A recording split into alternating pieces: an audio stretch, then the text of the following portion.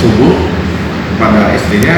Setelah istrinya mati, baru suaminya menyilet lehernya sendiri. Sudarlun, kasus meninggalnya sepasang pengantin baru dengan leher tergorok yakni Abdul Karim 34 tahun dan istrinya Kartini 34 tahun mulai terungkap.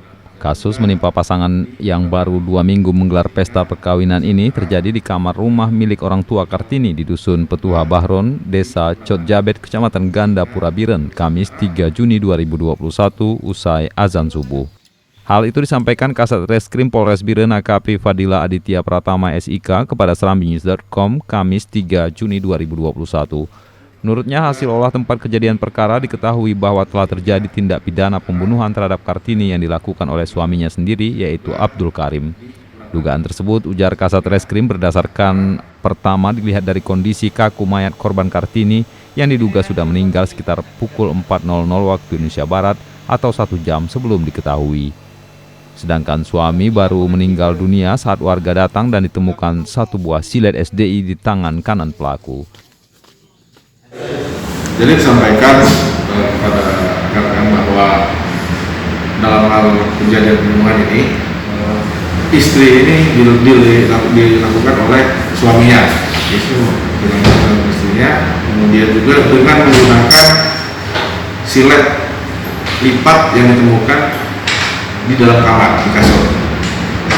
Pada saat subuh kepada istrinya, setelah istrinya mati, baru suaminya menyilet lehernya sendiri dan juga di urat nadi, sehingga kehabisan darah dan meninggal bersama di dalam kamar.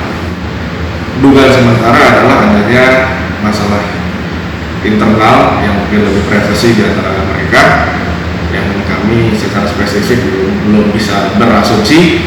Kami dalam menyelidiki dulu agar bisa lebih tepat dalam motifnya.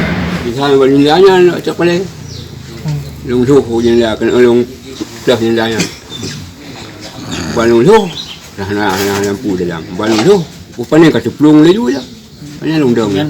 Udah lampu pak? Hana mati. Oh mati lampu. Mati lampu. Sente. Belum sente ya ro. Ni cara pupuh mak. Buah padum. Kali bang. Berarti subuh. Lu ada subuh. Subuh.